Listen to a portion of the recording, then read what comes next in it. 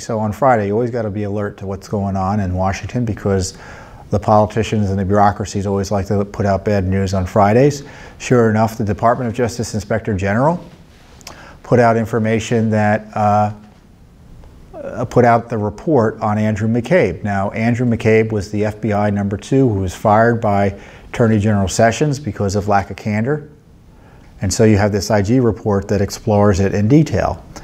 And what had happened is there were these stories about Andrew McCabe being conflicted potentially because of his money, the money his wife had gotten from Hillary Clinton's ally Terry McAuliffe in her race for office. And secondly, there was talk about, the FBI was in on efforts to suppress Clinton investigations.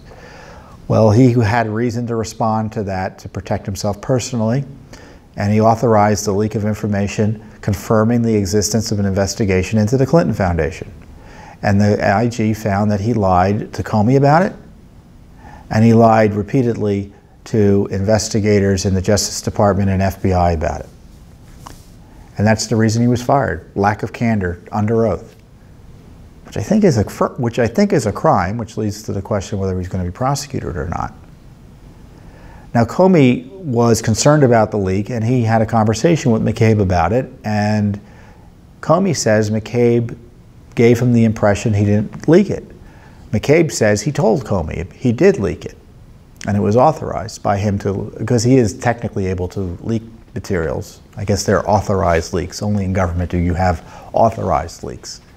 So what's interesting about the IG report is that McCabe essentially calls Comey a liar, and Comey essentially calls McCabe a liar. So I'll leave it to you to figure out who's telling the truth. Someone pointed out that when McCabe was fired, Comey came out and said he had 2 decades of distinguished service, and suggesting he shouldn't have been fired. Well, it shows you that Comey's judgment isn't all that good, because this report suggests he should have been fired. And what's also interesting in the report is that McCabe recounts a conversation that's confirmed by at least another witness with the Department of Justice in August of 2016, where a Justice Department official, I haven't figured out the name who the name of the official is yet. The IG conveniently left that out. Told McCabe that they didn't want the FBI doing anything on the Clinton Foundation during the campaign.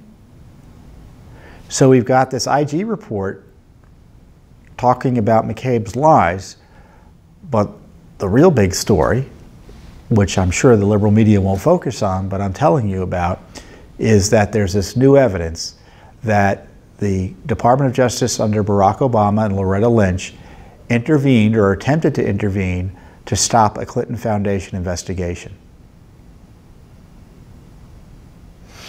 The other thing in the IG report is that there are text messages that Andrew McCabe had about his recusal and other issues. We haven't gotten one text message in numerous Freedom of Information Act lawsuits from Andrew McCabe. It looks to me like the FBI has been covering it up and withholding them on purpose from us. So another FBI cover-up. I mean, this has been a busy week. Cover-up, abuse of power by 2 FBI directors, Mueller and Comey. And of course, Wray allowing his agents to be misused to target the president like he did earlier this week.